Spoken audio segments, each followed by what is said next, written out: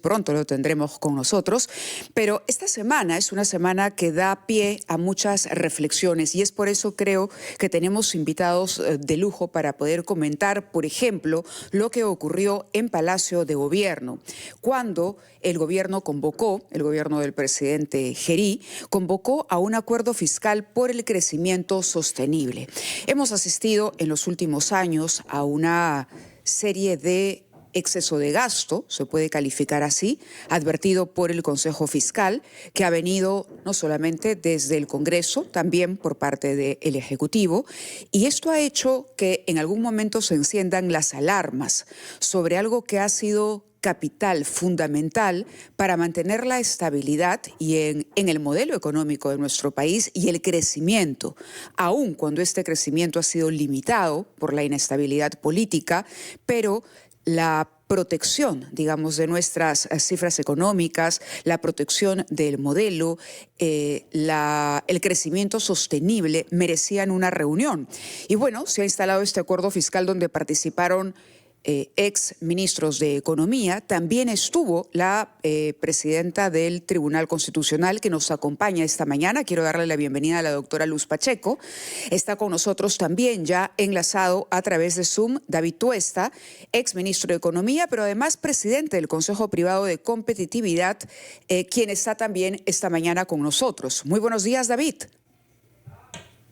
¿Lo tenemos listo, David? Placer. Buenos días, David, bienvenido. Muchas gracias por participar esta mañana del programa. Encantado, ¿cómo están? Muy buenos días. No, gracias a ustedes por acompañarnos. Leíamos hoy, por ejemplo, los anuncios que ha hecho el Banco Central de Reserva con relación a la proyección de crecimiento y a la inversión privada, que pasaría de 6,5 a 9,5. Es una buena noticia. El presidente del BCR, el doctor Julio Velarde, afirma que la fortaleza del Perú ante la crisis en los últimos 10 años ha sido sorprendente. Y entre comillas, sorprendente, porque precisamente para los problemas de inestabilidad política, los vaivenes que hemos tenido, el populismo que se ha venido aplicando, deberíamos de pronto tener menos expectativas. Sin embargo, como él mismo lo ha calificado, es sorprendente y siente que todavía el impacto de lo que viene a ser la campaña electoral no ha mermado la buena expectativa, el optimismo en materia económica para el Perú. Quería pedirles, ustedes que participaron en esta reunión, ¿qué destacarían de esta reunión? Y si realmente, más allá de la foto en la que los vimos, a ambos consideran que es un paso firme por parte del gobierno para comprometer en el buen manejo de nuestras cuentas a quien vaya a asumir el gobierno, hablo de Ejecutivo y Legislativo, el próximo año. Doctora Pacheco. Muy buenos días. Muy buenos días, Mávila. Muchas gracias. También, señor Tuesta, muy buenos días. Encantada de estar con ustedes. Efectivamente, esa participación en la mesa me pareció interesante. Quise asistir porque era importante conocer cuál era la perspectiva que tenía el gobierno, también el Congreso, sobre este asunto. Para mí lo más destacable es que lo que se puso en el tapete, sobre todo por el Consejo Fiscal, era que hay varias instituciones, decía como 50 del Estado, que van a pasar del régimen CAS al régimen 728, lo cual supone una suma grande de dinero. La verdad es que yo considero que esto era una tarea pendiente, importante de hacer, porque el Estado es el principal empleador muchas veces, pero que no cumple con respetar derechos laborales básicos en ese tipo de contrataciones. Por tanto, lo que había que compaginar, y me parece que esa es la meta, el vivir esa justicia social, que el Estado cumpla con esa deuda social, pero a la vez tenga en cuenta el equilibrio fiscal. Entonces van a encontrar salidas para que se pueda hacer esto de una manera progresiva. También aclaré que el Tribunal Constitucional en sus sentencias ha dejado claramente establecido que sí hay una limitación para el Congreso en cuanto a la iniciativa de gasto, porque tiene que coordinarla previamente con el Ejecutivo, con el Ministerio de Economía y Finanzas. Creo que haber aclarado eso también puede haber ayudado al diálogo.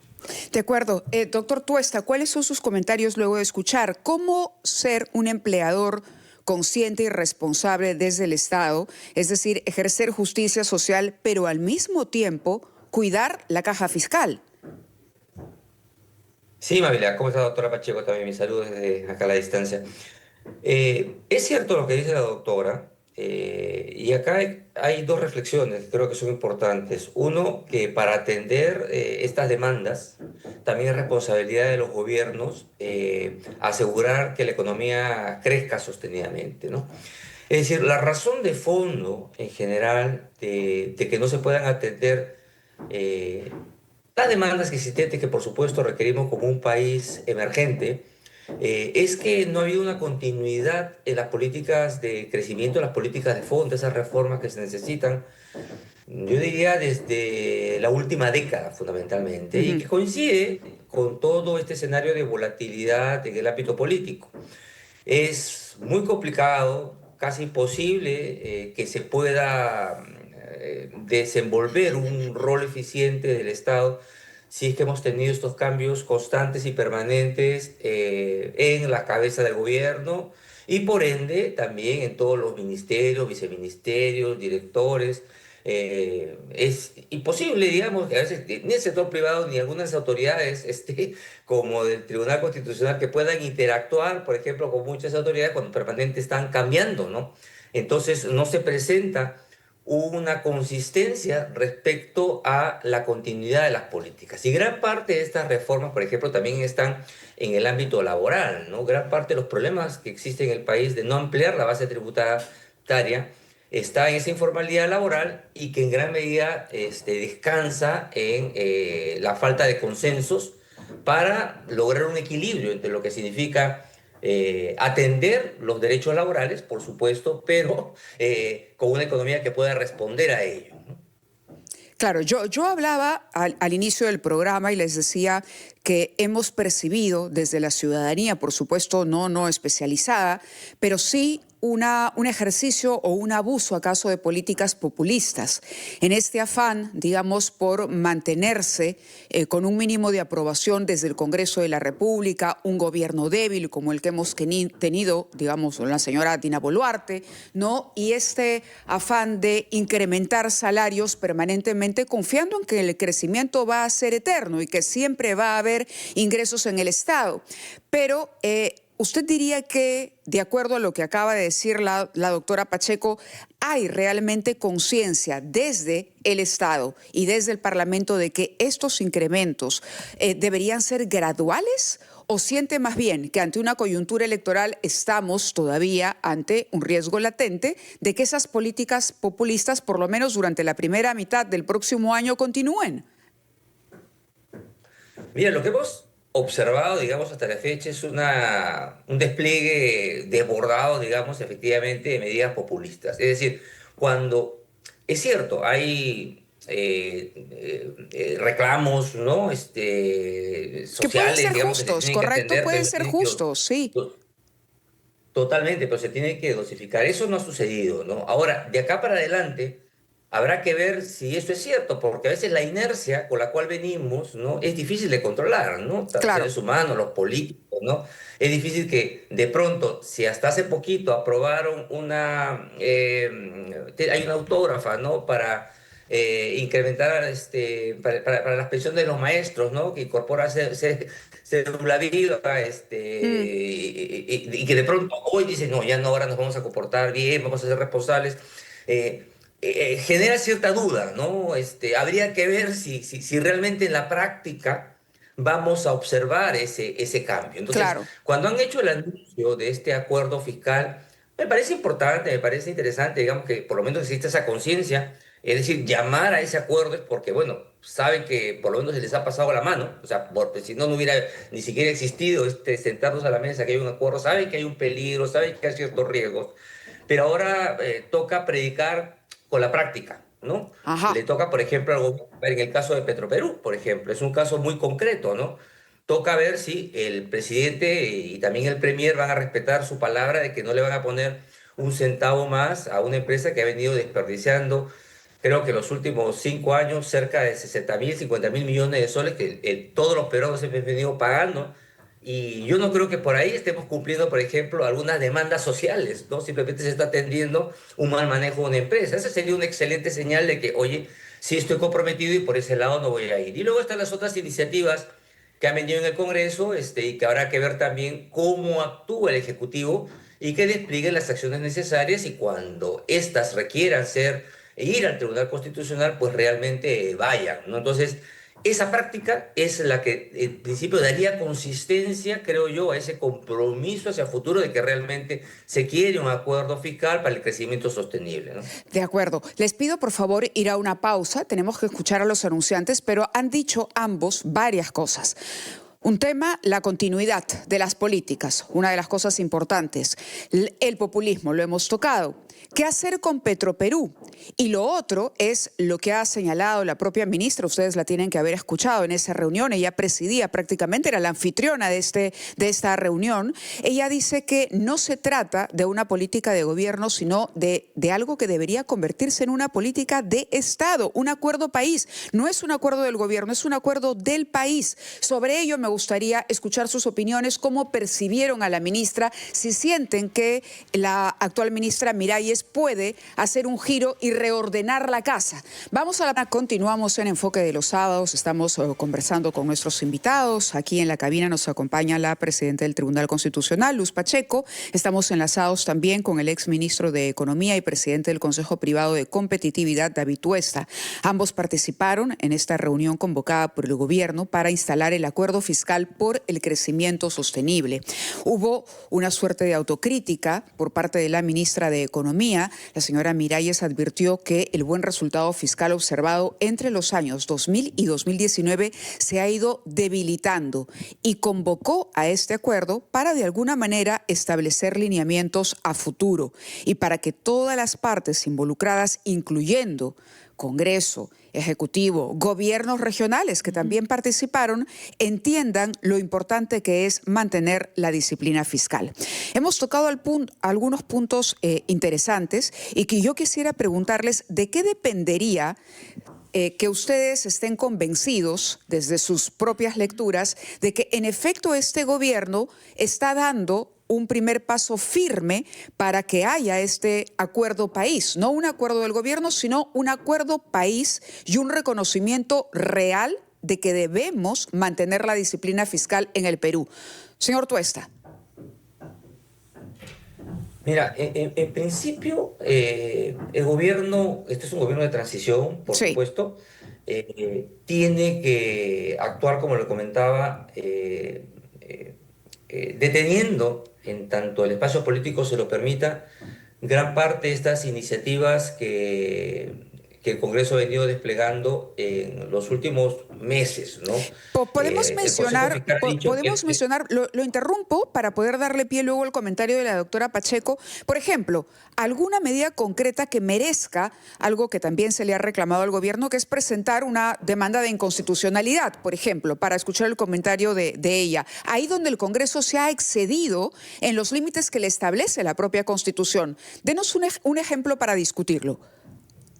Mira, hay varias singulares en el ámbito de la carrera magisterial. Ajá. Yo creo que ahí hay tarea que hacer, ¿no? La más llamativa es la que actualmente está en espera de ser aprobado por insistencia en el Congreso, que es la de las pensiones, la carrera magisterial, la pensión mínima, ¿no? La cual se tiene que ajustar en función al sueldo base, ¿no? Que actualmente está alrededor de 3.300 soles. Y esto es para empezar, ¿no? El Ejecutivo ya hizo su tarea en principio de observarla, ya se observó y está ahora en compás de espera. Esperemos que el tema no avance más, pero a ver, las probabilidades dirían que el Congreso seguramente va a insistir con este tema. Entonces, el Ejecutivo tiene que ir hasta las últimas consecuencias con este tema, ¿no? Estamos hablando ahí de 7.000 millones de soles anuales que nos va a costar, de acuerdo al Consejo Fiscal. Y esto para comenzar, ¿no? Porque este estimado no considera algunas dinámicas, ¿no? Como por ejemplo, que el sueldo base siga creciendo. De hecho, en los últimos 5 años creció en 100%. Pasó de 1.500 soles en 2019 a 3.300 con lo último. Entonces, esto puede seguir incrementando. Segundo, no considera el hecho que van a haber más retirados y viviendo por más tiempo. La buena noticia está muy bien, que vivamos más años, pero va a ser una carga fiscal importante que atender ahí. Y no se tiene en cuenta también los efectos dominó, ¿no? Es decir, otros sectores podrán decir, "Oye, ¿por qué a mí no me da lo mismo?", ¿no? Los que están o estamos en el sistema de pesar más, ¿no? Entonces, este tipo de cosas son un claro ejemplo, ¿no?, de estas circunstancias que se han ido presentando en el tiempo. Hay un conjunto de nombramientos también que habría que ver si cumplen, ¿no?, con los requisitos o con los aspectos legales y constitucionales. La doctora Pacheco también lo comentará. Pero el tema está en ese espacio, ¿no? En ese espacio de dónde encontramos el equilibrio, dónde definimos esto, de, que es un derecho, una Sí, aspiración social sí. real, y lo que realmente parece ser, en el caso magisterial, de una captura por parte de este segmento de la población. Maestros, ¿no?, que evidentemente muchos respetables. Mi madre es maestra también, ¿no? Digamos, y yo realmente respeto y admiro la labor de los maestros, pero claramente, digamos, aquí se ve, al menos como señala, un aprovechamiento por parte del sector para lograr, no sé si llamarlo derechos, pero unos beneficios que otros ciudadanos, otros peruanos no alcanzan, ¿no? Correcto, doctora Pacheco. Sí, coincido con el señor Tuesta, evidentemente que tiene que haber una actitud del Ejecutivo activa frente a estas situaciones, que puede observar una norma y así todo por insistencia es aprobada. Ha habido dos casos en el gobierno anterior que sí nosotros pudimos determinar que eran inconstitucionales, justamente porque no hubo esta coordinación con el Ministerio de Economía y Finanzas. Una fue la asignación para el personal militar acuartelado, que realmente les pagaban una cantidad mínima que era absolutamente insuficiente, pero al no haber hecho la coordinación previa con el MEF, entonces esa ley era inconstitucional, porque el artículo 79 es muy claro de los límites que tiene el Congreso. Sin embargo, nosotros exhortamos a que el Ministerio de Defensa y el Ministerio de Economía revisara lo que se estaba pagando esa propina, porque era, no puedo decir, casi ridícula, ¿no? Y efectivamente ya este año les pagan la remuneración mínima vital, y es una cantidad aparte de los beneficios que tienen. Y la otra fue una actualización del bono de reconocimiento para aportantes de la ONP. Lo mismo, también ahí se advirtió que no se había coordinado con el Ministerio de Economía y Finanzas y por tanto declaramos que era inconstitucional. Entonces sí me parece fundamental que haya una actitud del Ejecutivo que le diga no solamente observo la ley, sino que si compruebo que además de observarla tú insistes, pues tendré que poner los medios para preservar el derecho de todos. Ahora que hablaba de que solamente los maestros parece que tuvieran ahora una situación privilegiada, y yo recordaba a los pescadores. Yo he visto boletas de pescadores jubilados de 4.000 soles cuando dependían de la caja del pescador, y ahora tienen 400 soles de pensión, de 4.000 a 600 soles de pensión. Entonces, claro, el Estado tiene que ver a todos, no solo puede ver a una parte de los jubilados. Entonces sí, me parece fundamental que ahora que se ha hecho pública esta situación, ya todos los actores sociales podamos contribuir a que se logre una verdadera estabilidad poco a poco.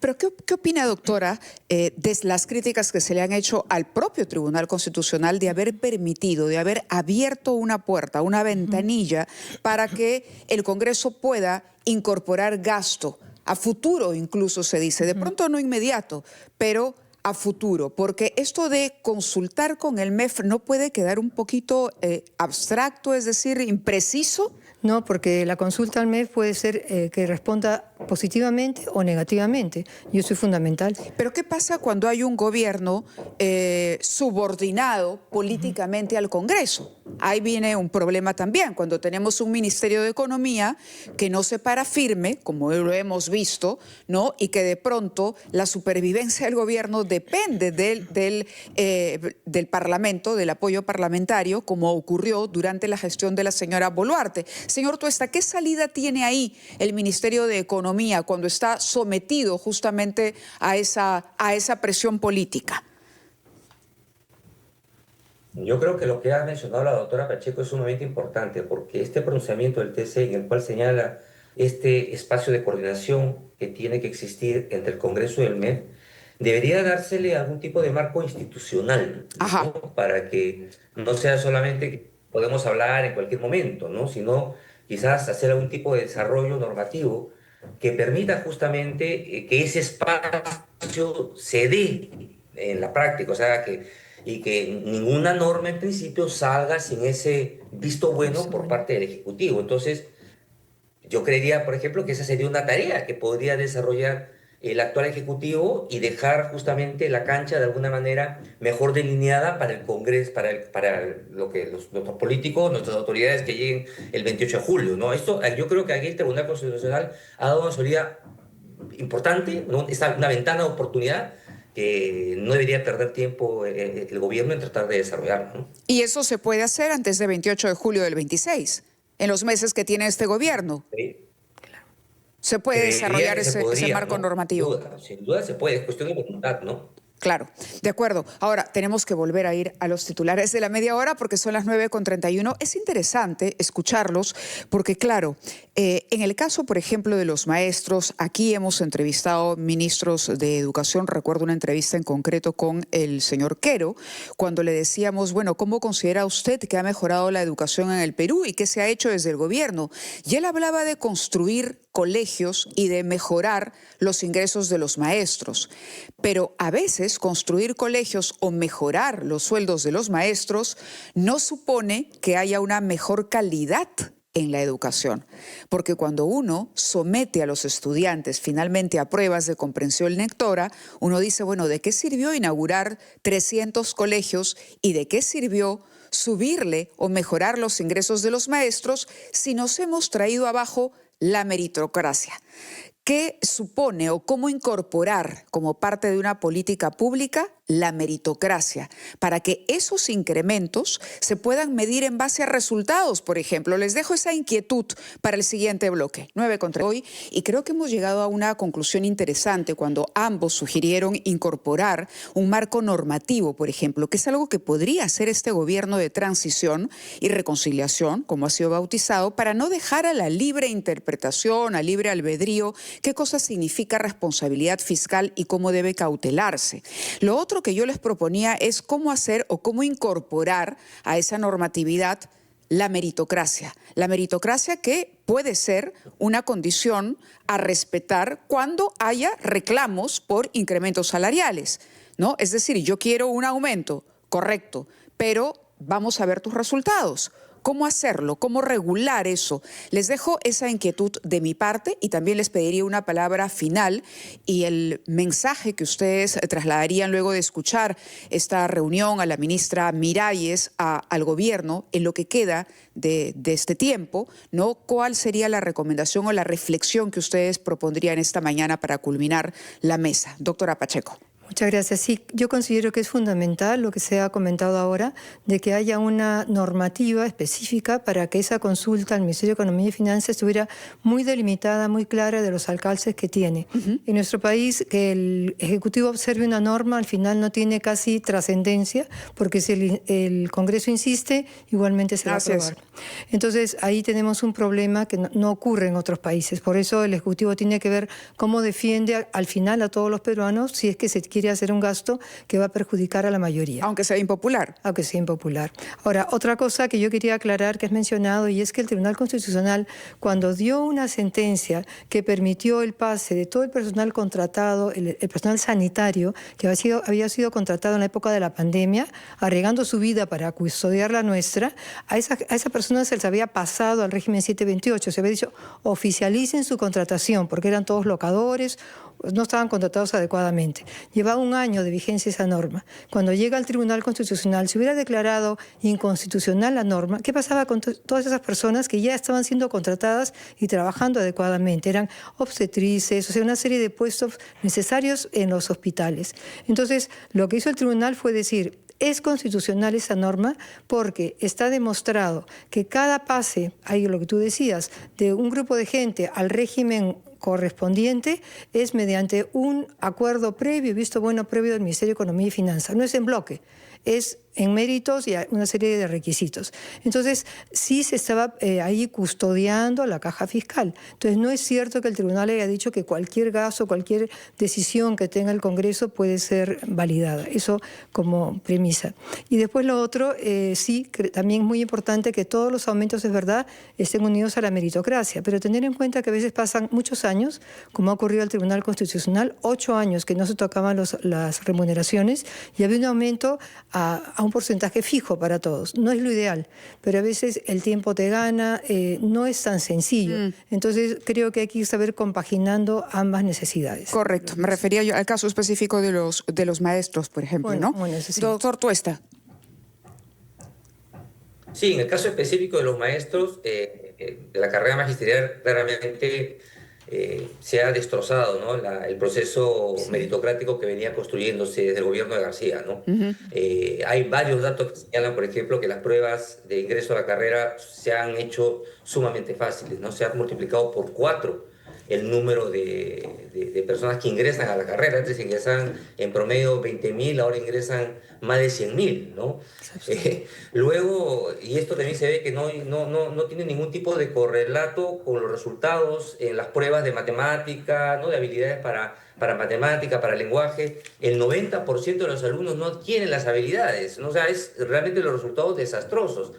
Y al final tienes una máquina que no funciona, ¿no? Porque también observas toda la infraestructura educativa, ¿no? En el 2019, el 70% de los colegios no tenían luz, agua y desagüe. Le han metido una cantidad importantísima de dinero, digamos, en total, en todo lo que es brecha social, se ha metido en lo que es educación casi 30.000 millones de soles en estos años, y sigues teniendo el 70% de los colegios sin luz, ni agua, ni desagüe. Entonces, a veces llama la atención propuestas que dicen vamos a construir más colegios, cuando ni siquiera puedes atender ni reparar los colegios, ¿no? Que no tienen estos servicios básicos para que al menos los chicos tengan y vayan a un colegio digno, ¿no? Que por lo menos tenga servicios higiénicos, ¿no? Entonces, aquí se requiere realmente establecer las prioridades, ¿no? ¿Dónde están las prioridades para alcanzar resultados adecuados en educación para nuestros niños, para nuestros jóvenes, ¿no? Y lo que vemos simplemente es medidas populistas, ¿no? Crear más colegios, crear más universidades. Tenemos el ratio más alto de universidades en Latinoamérica. Tenemos el triple, digamos, de lo que tiene Chile, por ejemplo, ¿no? Realmente, más bien, debería ser una política de cierre de universidades o de racionalización de universidades. Sí. Hay que asegurarse que la calidad sea buena, pero el problema está en este es un sector altamente politizado, ¿no? Entonces, cuando queremos decir alcanzar consensos, ¿cómo alcanzas consenso? Ahí está, yo creo, el gran problema con un segmento que solamente quiere, pues, beneficios, o no ha transparentado claramente el hecho de que esos beneficios que está recibiendo realmente se pueden trasladar en mejores resultados, ¿no? Para la educación.